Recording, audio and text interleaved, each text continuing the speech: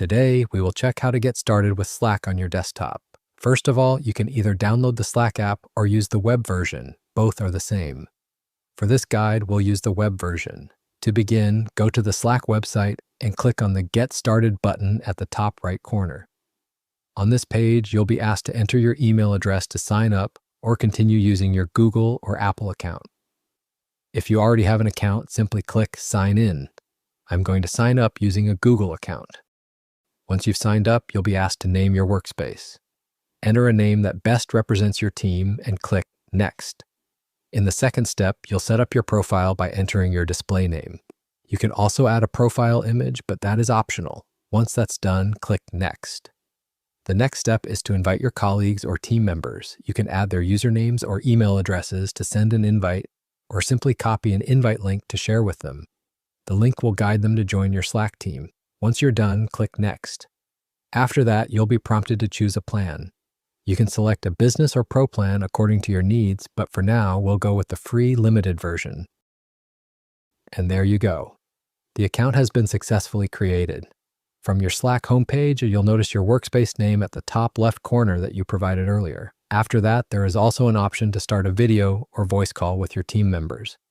Below that, you'll find a list of already created channels where you can collaborate with your team on different projects. You can also send direct messages, DMs, to your colleagues by selecting their names.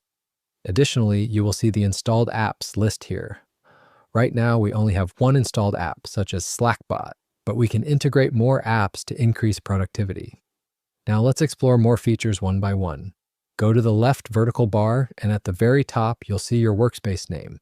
If you want to add another workspace, simply click on Add Workspace. A new pop-up will appear on the screen, allowing you to sign in to another workspace, find one by its name, or even create a new one by following the same steps as before. Below the workspace, you'll find the DM section that allows you to send direct messages to your team members.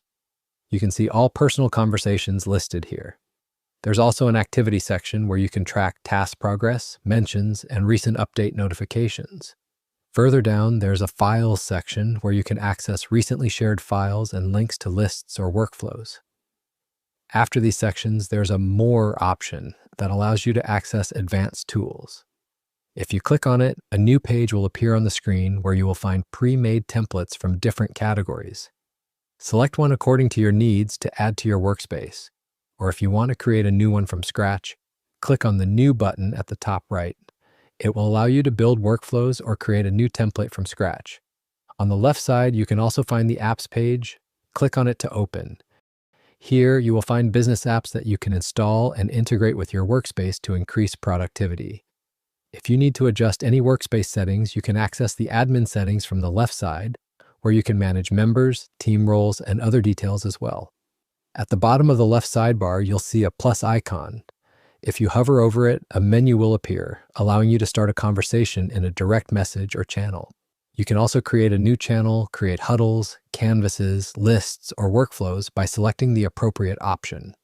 For example, if you want to create a new channel, click on that option, and a new panel will appear. Enter a unique name for the channel, then click Next. You'll be prompted to choose the visibility of the channel, public or private. If you select public, all team members can see the messages, but in a private channel, only the members you add will be able to see them. Once you've chosen, click Create.